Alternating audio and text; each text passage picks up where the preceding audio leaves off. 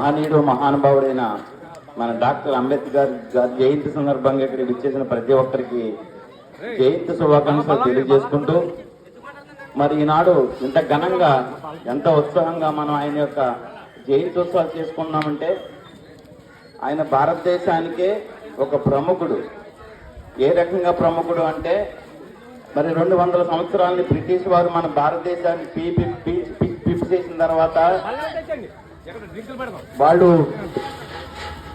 మన రాష్ట్రాన్ని మన దేశాన్ని వదిలేసి వెళ్ళిపోయిన తర్వాత మనకంటూ ఒక చట్టం లేదు, ఒక రాజ్యాంగం లేదు, ఒక విధానం లేదు. మరి ఈ రాజ్యాంగాన్ని తయారు చేసేది ఎవరు, ఈ చట్టాన్ని తయారు చేసేది ఎవరు అంటే ఒకే ఒక మహానుభావుడు, ఆయనే మన అంబేద్కర్ గారు. మరి ఆయన చదివిన డిగ్రీలను చదవడానికే మనకి గంట పడుతుంది.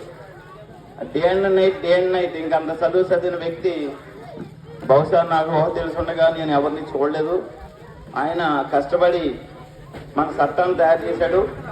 ఆయన ఈనాడు మనం కోర్టులో ఉన్న ప్రతి లా ఈయన తయారు చేసిందే. మరి ఎంతో మనం అందరూ ఆ లాను పాటిస్తూ క్రమశిక్షణతో జీవిస్తున్నామంటే ఆయన ఈనాడు ఇంత రాజ్యాంగాన్ని నిర్మించారంటే ఆయన ప్రముఖ వ్యక్తుల్లో ప్రథముడు.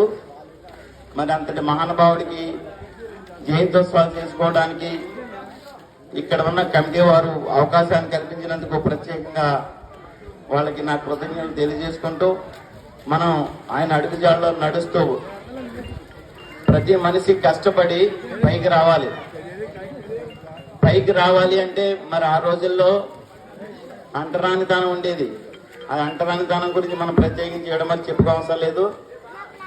అలాంటి వ్యక్తికి అసలు కరెంటు అంటేనే కష్టం.